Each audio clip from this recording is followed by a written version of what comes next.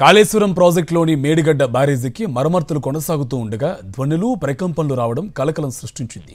మేడిగడ్డలో కుంగిన 7వ బ్లాక్లోని 16వ నంబర్ గేటును పైకెత్తడానికి నీటిపారుదల శాఖ ప్రయత్నించగా బ్యారేజీ కింద భూగర్భంలో నుంచి భారీగా శబ్దాలు ప్రకంపనలు వచ్చాయి. వెంటనే పనులు నిలిపివేసిన నీటిపారుదల శాఖ మరమ్మతులపై సూచనల కోసం కమిటీని ఏర్పాటు చేసింది.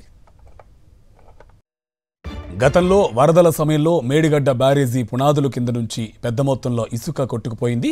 దీంతో 12 నుంచి 15,000 క్యూబిక్ మీటర్ల పరిమాణంలో భారీ బొరియ ఏర్పడి ఉండవచ్చని ఓ అంచనాకొచ్చారు. ఈ క్రమంలోనే నీటి లీకేజీని ఆపేందుకు దాదాపు 40,000 ఇసుక బస్తాలు వేసిన బ్యారేజీ కింద ఇంకా ఖాళీ ఉన్నట్టు గుర్తించారు అధికారులు.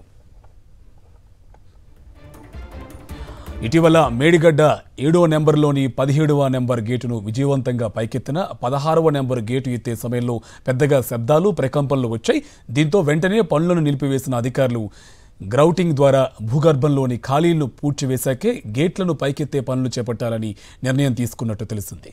టన్నుల కొద్దీ బరువు ఉండే గేటును పైకెత్తే క్రమంలో పునాదులపై ఒత్తిడి పెరుగుతుందని, బొరే కారణంగా బ్యారేజీ మరింత కుంగిపోవచ్చని ఆందోళన వ్యక్తమవుతుంది.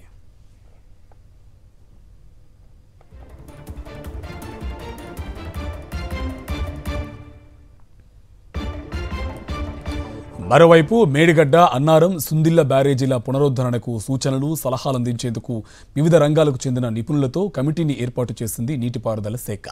నీటిపారుదల శాఖ విశ్రాంత సిఈ కె శ్రీకాంత్ కన్వీనర్గా మరో 4 సభ్యులను కమిటీలో నియమించారు. వీరు 3 బ్యారేజీలను సందర్శించి సమగ్ర అధ్యయనం చేశాక కమిషన్కు నివేదిక అందిస్తారు.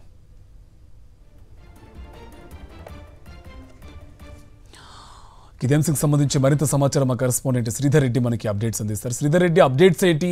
ఈ సుందిల్ల ఈ బ్యారేజ్ పనులు చేస్తూ ఉండగా ఒక్కసారిగా భూగర్భంలో నుంచి ప్రకంపనలు, ధ్వనులు వచ్చినట్టు తెలుస్తుంది. అప్డేట్స్ ఏంటి? గుడ్ మార్నింగ్ ఫిను. గత ప్రభుత్వం ఏదైతే కాళేశ్వరం ప్రాజెక్టు అత్యంత ప్రతిష్టాత్మకంగా నిర్మించిందో దాని మరమ్మత్తు పనులు మాత్రం చాలా ఇబ్బందికరంగా, ఆందోళనకరంగా కనిపిస్తున్నాయి. ఎందుకంటే జాతీయ స్థాయిలో ఇరిగేషన్ అధికారులు కానీ, రాష్ట్ర స్థాయి ఇరిగేషన్ అధికారులు గత కొద్ది రోజులుగా దీన్ని